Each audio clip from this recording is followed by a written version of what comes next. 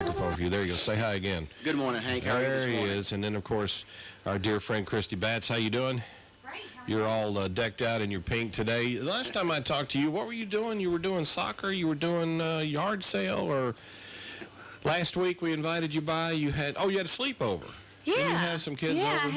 I had my niece staying with me that night. So you have, obviously you need a day to recover when you have a sleepover. So Yeah. we're glad you all absolutely. came in this morning. As always, Rick, our first chance to meet with you, and it's good to see you. Did you expect to get into such a buzz when you got here, or it seems like once you came in and got a look around, there seemed to be a lot of concerns, or I guess some questions or curiosities about what you were handed. How has that gotten to be so far?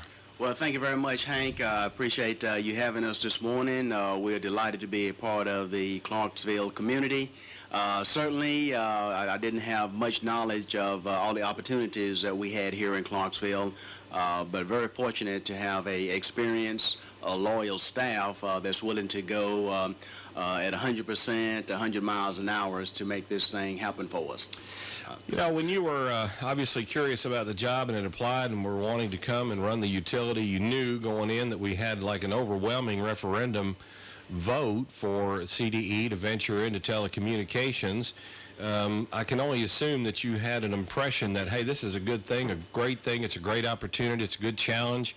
You've had some experience with this before, and then you got here and we started noticing, I guess, that there were a few things that weren't in place. Was that your impression when you came? Was that, oh, this is cool, the whole community wants it, we got to work hard to pull it off? What did you start to think once you moved into the office and started realizing that not all the pieces of the puzzle were in place? Well, certainly, I realized early on that we had some challenges that we had to find solutions for. You know, this is a great opportunity. There are not very many communities that have a fiber network. So I felt very fortunate that, you know, we had some good ideas and we had some people that we had relationships with that we could bring to the table to help us provide solutions to what we considered, you know, some issues and some concerns for the citizens. It seems like you found out early on that they didn't request enough money for this venture. Well, certainly that was the case. As we started looking over the business plan, we realized that we were short of cash. And when I first came here, the board had already had a resolution on the table to borrow additional fund to complete the fiber to the home. So that was a priority. Was finding funding to complete the infrastructure so we can offer services to all our citizens in the city. Christy, you were here with the previous and the current leadership at CDE Lightband, and I'm sure one of the first questions folks were wondering is, how does this happen? You saw all the presentations from before, moved through the board, and then Rick came and discovered that, well, we've not borrowed enough money, we can't pull this off. What was your impression, and how did you explain that when y'all discovered, when Rick discovered, for example, that y'all just didn't borrow enough money? Well, there's a couple of factors that played into that. You know, as you're developing a business plan for a project that is many years in the making, you're doing projections and developing a plan based on dollars and customer size that you're at that point. And as our community grows, obviously our need to get that fiber to every single home was growing as well. And they didn't anticipate some of those things. They underestimated some of the community growth levels. Additionally, there was some changes in the technologies and the way that we distribute the services that would provide for increased costs if we continue to deliver it in the way that was originally planned. Yeah, getting the fiber from what I understand, from the curb to the door or curb to the home or whatever, you learned, or you announced to the board that you didn't have that money. That seems to me like in the very beginning that we knew, or we assumed that we had that. What were your thoughts, Rick, when you discovered we couldn't get from the curb to the home? Well, certainly with the type of system that we have, and this area is growing faster than any place in the valley or any place that I've seen in the short term here, and it's growing by leaps and bounds. But certainly we had to figure out how we can complete the infrastructure. We have a very robust system that is in place now and completed, and we can offer broadband services to 57,000 plus customers in the city. We're still working on that solution, Hank, and we have several customers that are calling in to subscribe to our services. This is an electrical plant that was installed for the electrical division and to benefit that side of our business. So you haven't been here long, and you start looking over the plan and the money that's been borrowed and what you need to accomplish. And one of the, your first meeting, if I'm not mistaken, right out of the gate, you have to come to your board and say, we don't have what it takes. Not only that, but you also brought with you some contacts in the business, I think. I'm trying to remember. Who is it? Consultants? That was actually a consultant that I had worked with in one of my prior leadership positions. So you got to come for new money and a new consultant, someone they'd never heard of and someone that the previous leadership had never referenced. So you had to feel somewhat like, how did you approach that? How were you going to go in and explain this to the board and say, here's an outfit that can help us and they can guide us through this situation? Well, certainly, I think just being upfront and providing the facts to them is the way to go and very beneficial. And I want them to know what I saw and what I thought would be a good solution going forward. And we needed something fairly quickly. It didn't have a lot of time to do feasibility studies, which has already been done. We were at the point where we had to make some very quick decisions. So I thought that I needed to bring in a consultant that already had experience that could take a look at our situation and provide an immediate solution. Also, I think the board had enough faith in me, from my interview and bringing me in that we'll bring people to the table that are experienced and do an excellent job for us. I don't think it helped any, though, that when you introduced tell me again who they are. Community Communications Authority. Okay, when you introduced them, I don't think it helped any that the previous leadership at the utility had said they had never heard of them.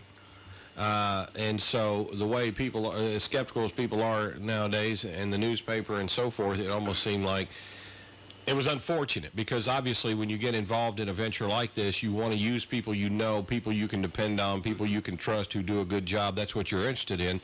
And, of course, you have to trust the leadership, which is yourself and your team. So, you had to kind of weather all of that in the media and the discussions about, who are they and what's in it for them kind of thing. So what was your approach to tell the board that we need them, they'll do this, we can help with that, and so forth? How did you go about that? Well, certainly, Hank, we wanted to give them all the information, all the background, statements of qualification was brought in to those folks. We assembled a couple of workshops, to show the board what we can actually do and get done. CCA helped us with financing, helped us with engineering, design, and modifying our business plan. So they were well qualified, and CCA is primarily a consultant that has experience with different vendors and engineering firms and professional services that they've had some relationships with that they could bring to the table and help us move our project forward. Well, Christy, it looks like that was a great move. We announced, I know we first reported, a week or so ago that your fiber optic network was complete, and I've never been so excited in my life that you all were now ready to get service to areas that I had assumed wouldn't be ready until sometime mid-late summer.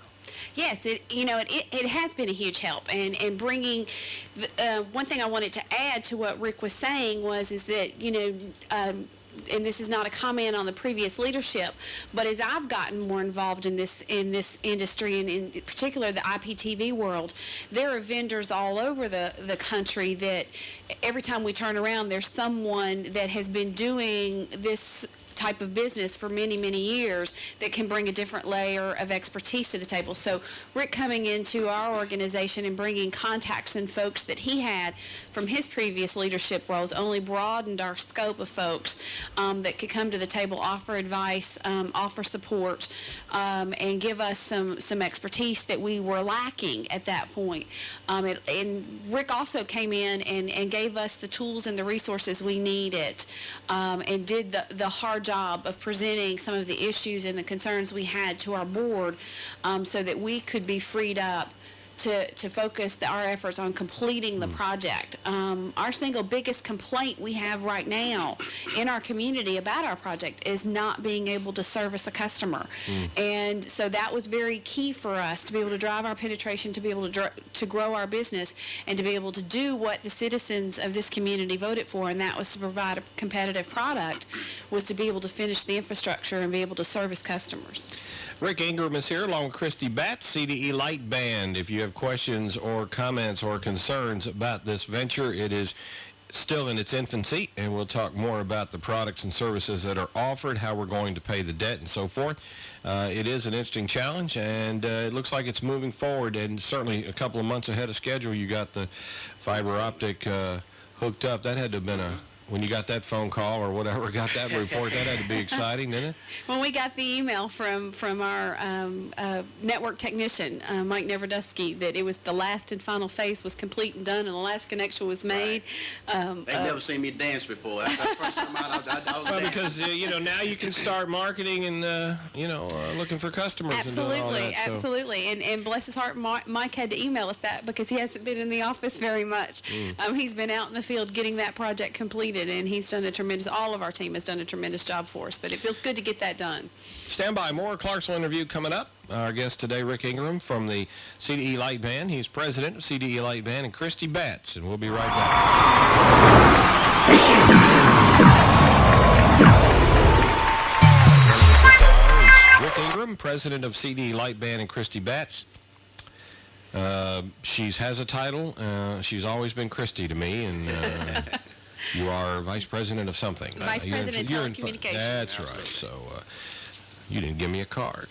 Sorry. See, it's like I'm supposed to know You always know you. where to find me. I do know how to find you. Well, I have personally been a big fan of the utility and the leadership there, and I know there's been a big difference in the board and so forth. The current makeup of the board, a number of friends of mine are on that board, respected business people on that board.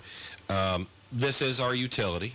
It is the Clarksville Department of Electricity, CDE Light Band, and so we voted overwhelmingly, and I think the story chatters and the bloggers forget that, overwhelming 75% voted for this venture. And, it's not anything that you guys, although we think you can go in there and flip a switch because you are the electric company. That's right. And pull this off. You really can't. And to be honest with you, even though you've had some setbacks, I think it's been a pretty good run up to this point. People don't realize the magnitude of this service and this technology. Rick, touch on that a little bit. You were telling me during the break about this technology, the fiber network, and the quality of the product. Well, thank you, Hank. I am very fortunate you asked if I was overwhelmed when I first came here. I was excited to inherit a fiber network of this magnitude. We have over 960 miles of robust fiber installed in our city, and that is exciting. That's what keeps me awake at night, is finding ways and uses to utilize this fiber network. It is so robust and such a massive undertaking that it's difficult to find the means to utilize it. But we have several things that's going on that we can utilize it for beyond the broadband and internet services, and primarily to automate our meter reading. We currently have 14,000 plus AMR meters installed where we can remotely read our meters. We can monitor voltage, we can monitor outages, and respond quicker to our customers when they have a problem. Not to mention safety, which is our #1 priority. The meters that we currently have, we don't have to send a meter reader or a technician to that home, that may have. My dog has a problem with those guys. Yeah, for some reason or another, that they love those CDE meter readers, and I guess it's just a taste for those folks. Now, I've said all along that back when cable technology started to make its way around this world, I thought, one day everybody's going to want to be on that cable. Everybody, not customers, everybody's going to want to come through that cable. And right now, you can just get everything, and you can have it all forwarded to your phone, to your laptop, to your computer, to whatever, your BlackBerry and all that. And I don't think that we even have the slightest clue as to what's down the road, as to what we can get. Now, Christy, talk a bit about the services that you now offer, and what are the prospects of what we will be able to get through that cable, that fiber optic, and help me understand the difference between being wireless. This community is not wireless, right? Yet? No, Correct. not yet. No, it is. Not It is yet. not. No, you need a router to use to have wireless, right? If you have, Of sorts, yes. explain that to me. Absolutely. Well, back to your first question, the things that we're offering today, we're right at about 200 channels of video, all digital video, and everyone has heard, the conversations, and it's been an off again, on again, deadline of taking the universe digital, all your broadcast networks and everything. Everything we're doing today is 100% digital. It's all transmitted via the fiber. And then we're providing our internet service, which is a 10 megabit, and we can go right now up to as much as 50 megabits of internet access, depending on your size, whether you're a residential company, whatever. So we're providing a lot of services via the internet. The wireless piece of it's very, very interesting and intriguing for us because so many folks in our community want the ability, especially with our military community and our university students, want the ability to be able to work anywhere they want to within the community. And you can accomplish those things very, very easily with the kind of fiber network we have, with some layering and some meshing technology with wireless routers, you mentioned, and then also an antenna type system. We have worked and talked back and forth several times about the ability to, very quickly provide wireless access in key areas of our community, our parks, our downtown areas, some places that folks would have the flexibility to take their laptop, sit down, interact with the internet, do work, do whatever they need to do, and be completely wireless. So what does that mean? I mean, have we got like a signal going all around the town Absolutely. that you just tap in? Because at the moment, if you go to a business, a coffee shop or somewhere and free Wi-Fi, they are a cable subscriber. Is that right? An internet Correct. subscriber, and they have a router. Correct. And so And they're opening up their network. I have a wireless network within my home. A lot of folks do. If I don't put firewalls and protections and layers of different types of software protections, my neighbors could probably access my wireless network. That's the same thing that these restaurants and coffee houses and things are doing. Is they're taking their internet service and opening up that wireless network to their customers. The same thing we can do is open up our network wirelessly to the community for folks to be able to use. Wirelessly. I can use that in Scrabble. That's a good one. Yeah. Is that a real word? No, I probably just created it. I love it. But that would be pretty cool if I have very limited knowledge about the internet, and you talk gigabytes, megabytes, hopabytes, whatever. I don't get all that. All I know is that you all are offering like the biggest, Yes. as far as I know at the moment, the biggest internet hookup, 10 gigs or megs? What 10 is it, megs. 10 megs? And on average, it's about, on average, what customers are used to today and the different types of services that you can subscribe to today, it's as much as anywhere from 2 to 3 times faster than what you're experiencing today. And it is out and back. And that means that when you go out to the internet to search for things, you're going out at 10 megabits. And when you see something on the internet that you want to bring back to your computer and download, it's coming back to So you it's at really 10 fast. megabits. Yes, very fast. Why are we so into fast?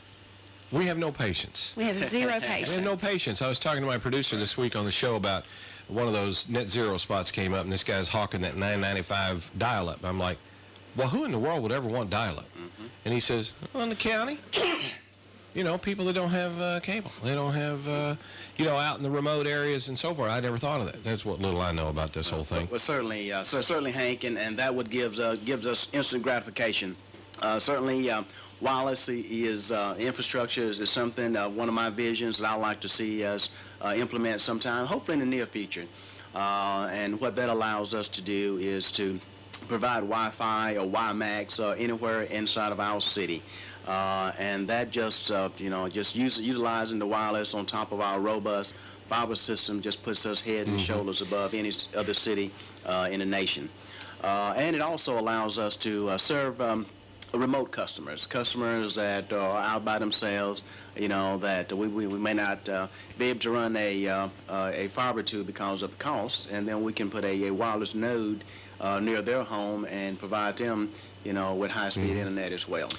8:31 our time is 38 degrees and sunny. Our guest this hour, Rick Ingram, president of CDE Light Band, Christy Batts, vice president of yada, yada, yada. Telecommunications, I know. Everybody knows. I say that because everybody knows Chrissy. Rick, there was an impression, I think, several months ago.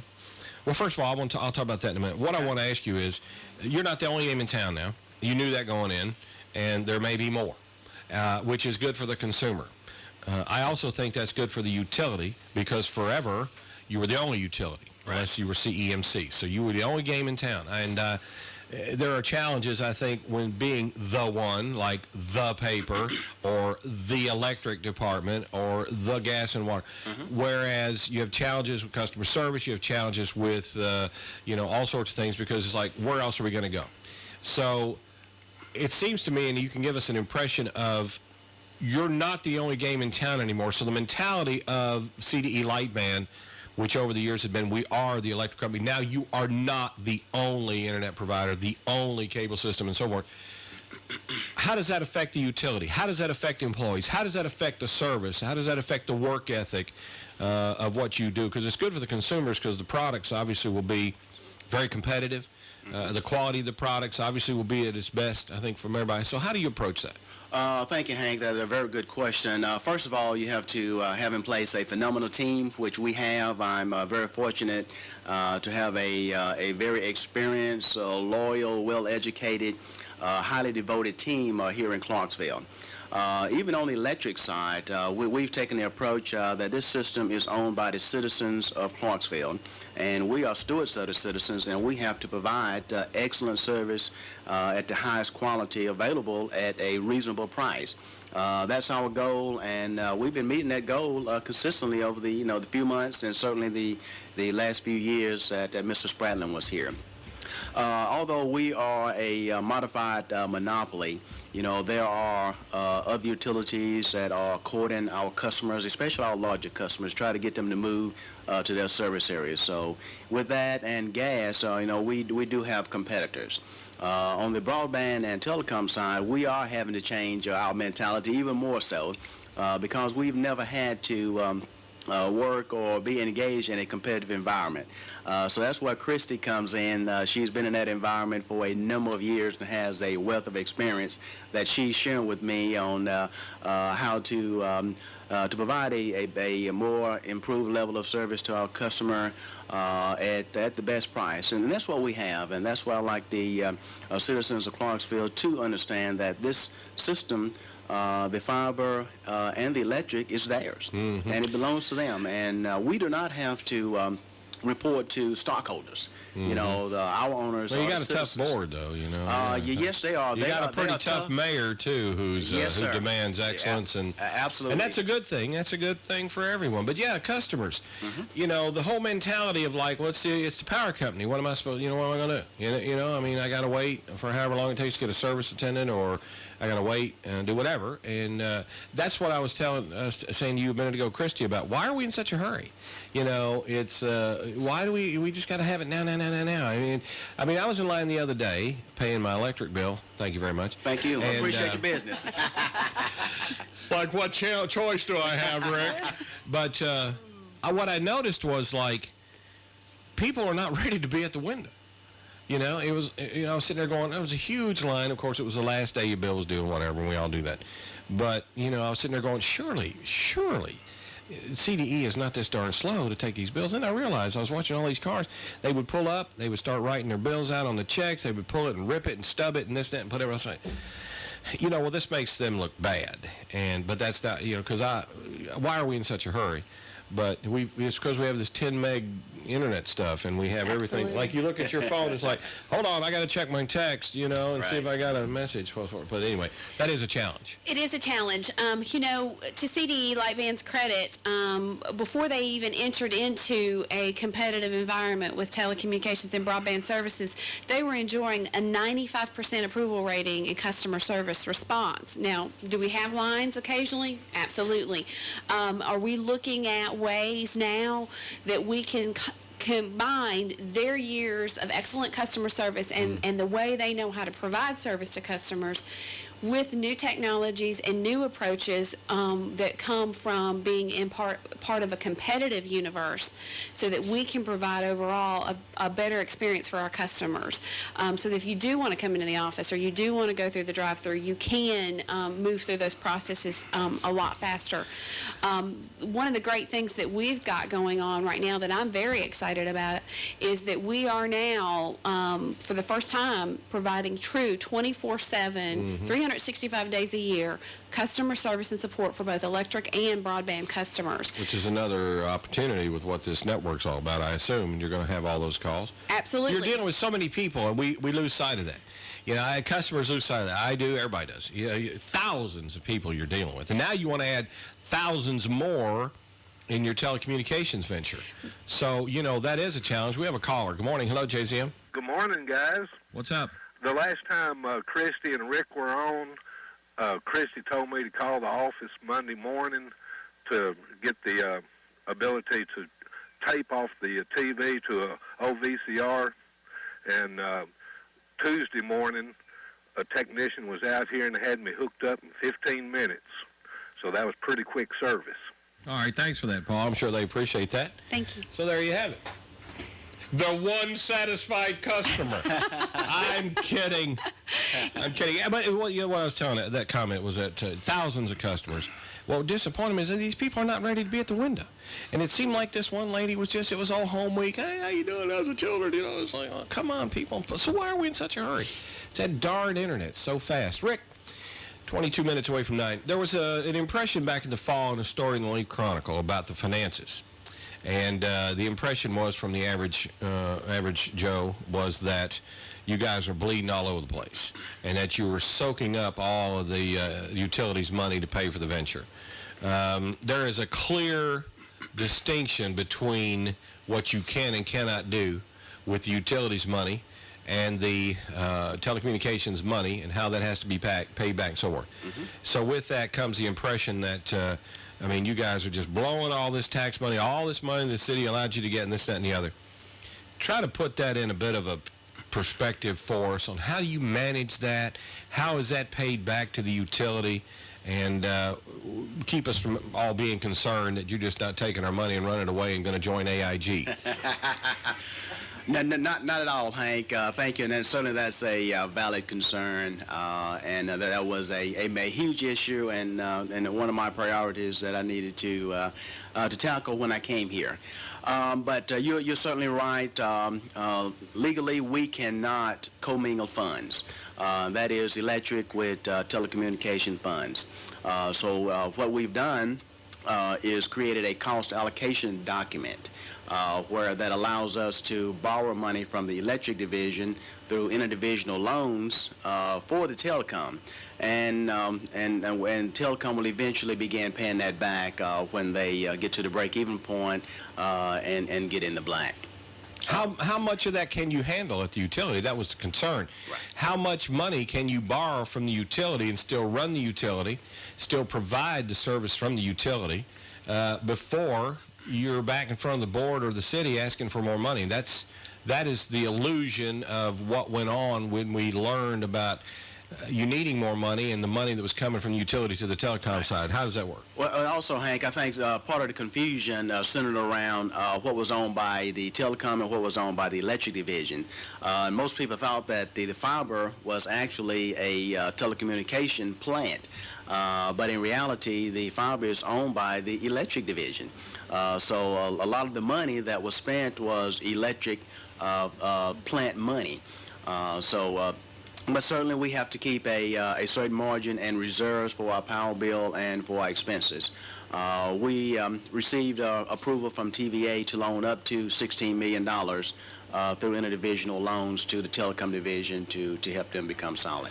Does TVA have a dog in this hunt with you all?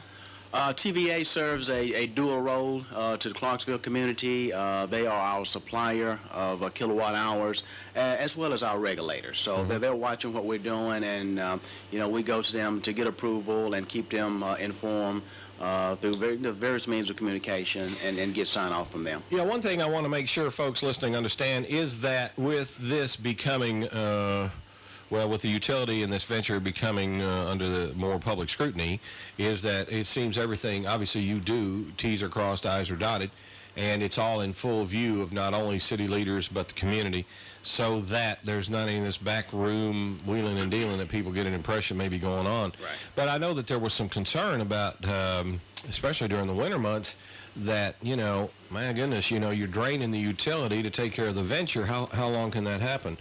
Are you satisfied? Are you comfortable with what you have now and the money you have? Or do you have the money you need? Does the utility have the money it needs to complete what you're doing? Are we done by getting the fiber optic done? Are we done with that, or will there be future requests, do you think, for more money? Well, Hank, this community is growing by leaps and bounds, and we're obligated to provide service to our customers. We do have some other major capital projects that needs to be completed, and I'll expect to come back with a request sometime this summer to ask for money to complete substations, to make some changes in our electric infrastructure. The drain is not coming from the telecom side. Primarily, their expenses centers around inside of the homes connecting customers, which we have a huge demand, and thank you, Clarksville, for that. We appreciate your support. When do you think? But certainly there will be other opportunities and challenges as we move forward. Also, we have to be able to cover annexation. I don't know if there's anything looming out there, but we certainly have to have funds to be able to do that.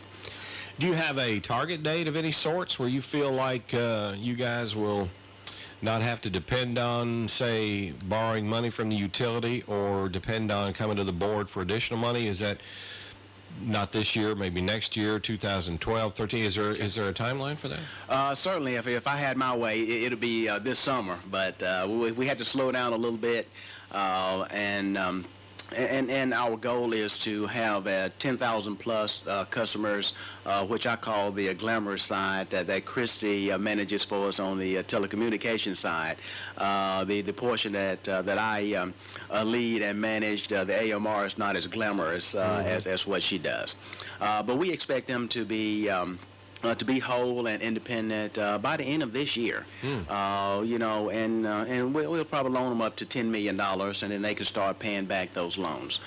Meanwhile, the electric division is fine. We're paying the bills. We're in good shape. And we have some money that we're putting back in our reserves. Yeah. Additional funding will probably be requested sometime this fall to cover some substations, which can run anywhere from $10 to $15 million each, and several capital projects that we have planned. Rick Ingram, president of CDE Light Band, along with Christy Batts, with us here this hour. Let's take a caller. Good morning. Hello, JZM. Yeah, you charge extra for paying your electric bill online. If you'd eliminate that charge, a lot more people would pay online. All right, you want to address that, Christy? Why do you pay extra to pay online? Everybody does it? To pay online? Yeah, to pay online. Why is that extra?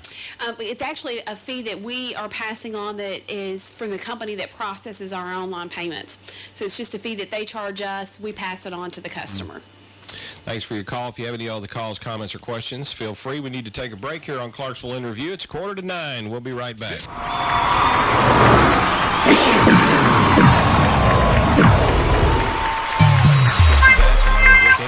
And we appreciate them coming. I have a couple other questions to ask and see what you all have to say about, number one, Christy, having worked for one of your competitors for years and having seen, and Rick was not here at the time, but having seen the public's and the city council's concern or criticism of the other guys, which I thought was somewhat out of line at times.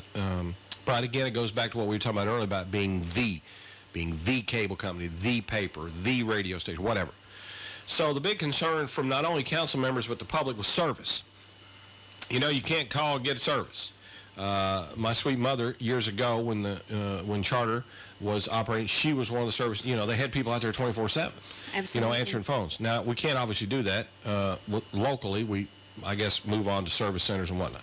So service was a big deal. It seemed to be the biggest deal from everybody. So I want to call. I need help. I need my cable on this, that, and the other. So you knew that going in. It's a huge challenge. So what do you do at CDE Lightband to do that? You got an electric side, you got a telecommunications side. You're only involved in telecommunications. How do you do that? Do you think you ever make people happy? Well, we try. Sometimes you can't, but we try in every way we can. And one thing I want to make sure everyone understands is, yes, we have two businesses. We have an electric division and a telecommunications division. They have to operate separately financially.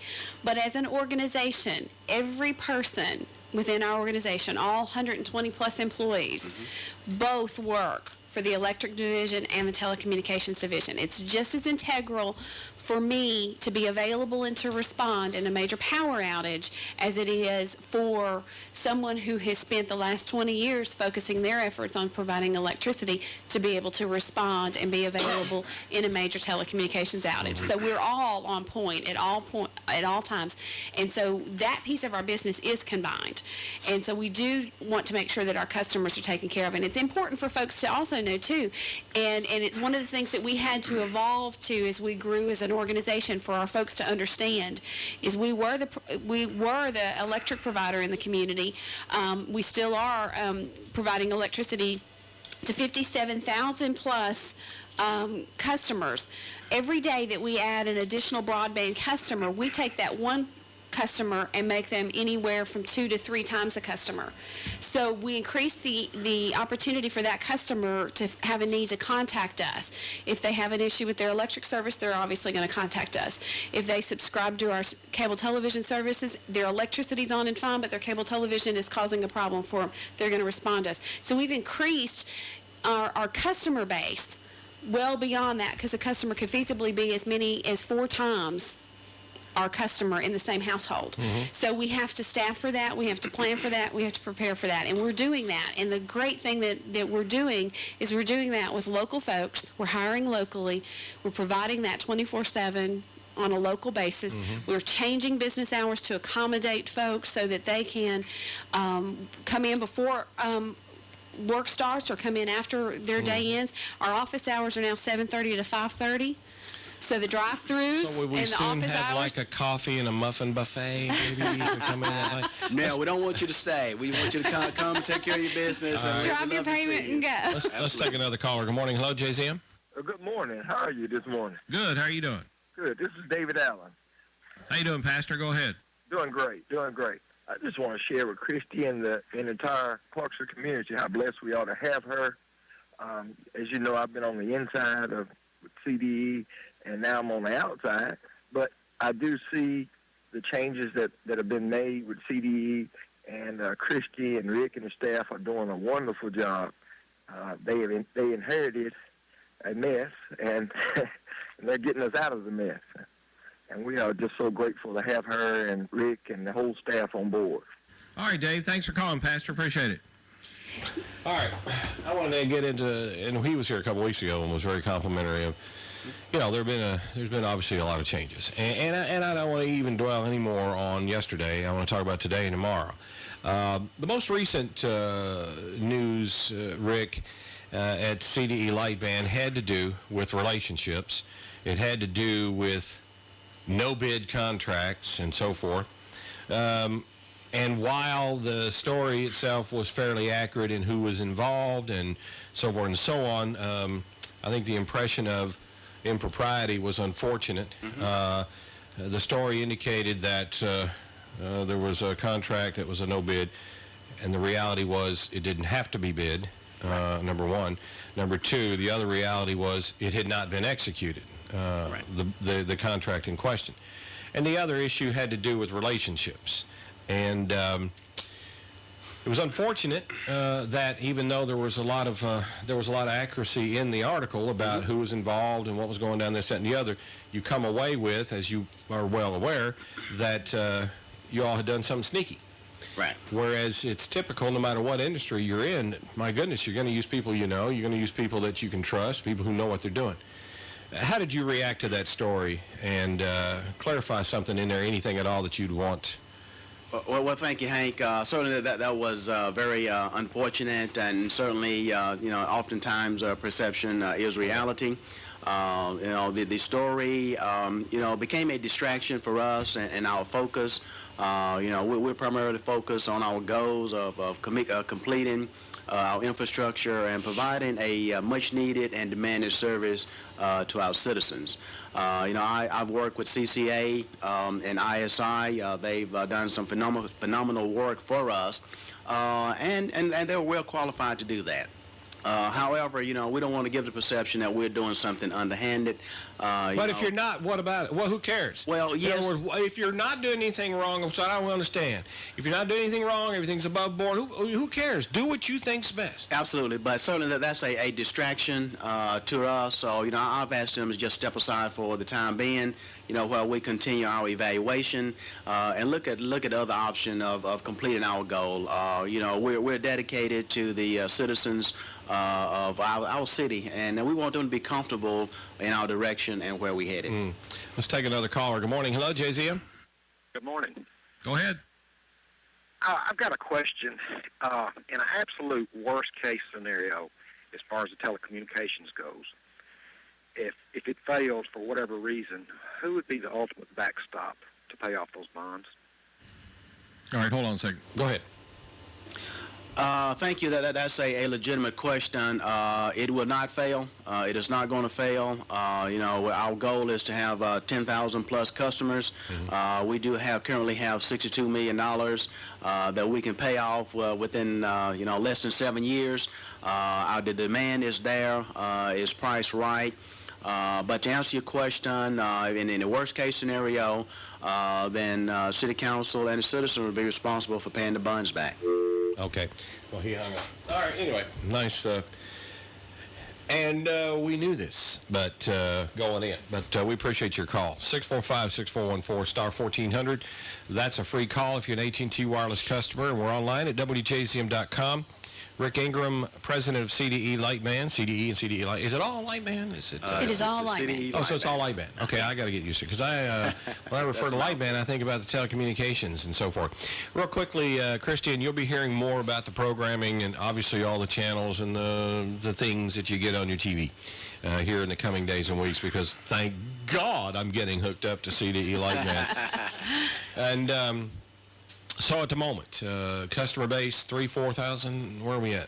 Close to 4,000. Cool. And a year. Yeah, and so what all you got out there? What all have I got out there? Yeah. Let me rephrase it. I should ask a lady that was not right. That'll get you. What channels, programming? I mean, everything in the world, like I said earlier, comes through that cable. Right. Like I said, about 200 channels, everything you can possibly imagine channel-wise. We've got, some places we're looking at some new channel additions. We're carrying, the big thing that nowadays is HD. We're carrying 24 HD channels continuously, and that's going to increase to about 36 HD channels in the next 4 or 5 months. So we're growing that piece of our business. This on-demand stuff. We've got video on demand. What's the TiVo thing called? We've got the DVR product where you can stop, start, pause live TV, record. You can pause live TV? You can pause live TV. As it's being broadcast, or do you have to record it and do that? Rick, No, it's actually a continuous recording. Do you understand recording. all this stuff? Do you understand all this technology? No, sir. That's why I leave it up to the experts. I just read meters. You're lying like a dog.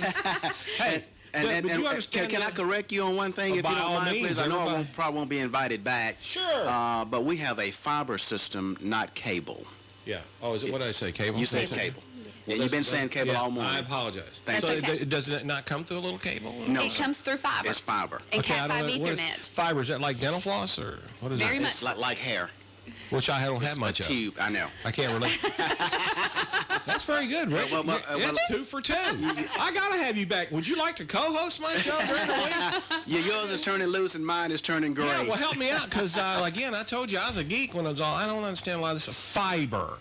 There is no cable. Now, I got a There is cable no coming cable. in my It's not house. copper base driven. So our bandwidth is not restricted in any way, shape, or form. It's 100% truly digital.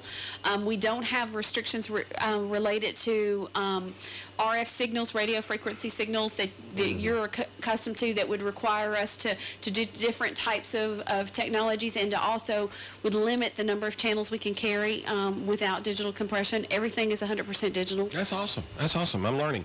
So, but the average Joe is always going to say cable. I got cable. I call and say they get cable. So it's not the fiber.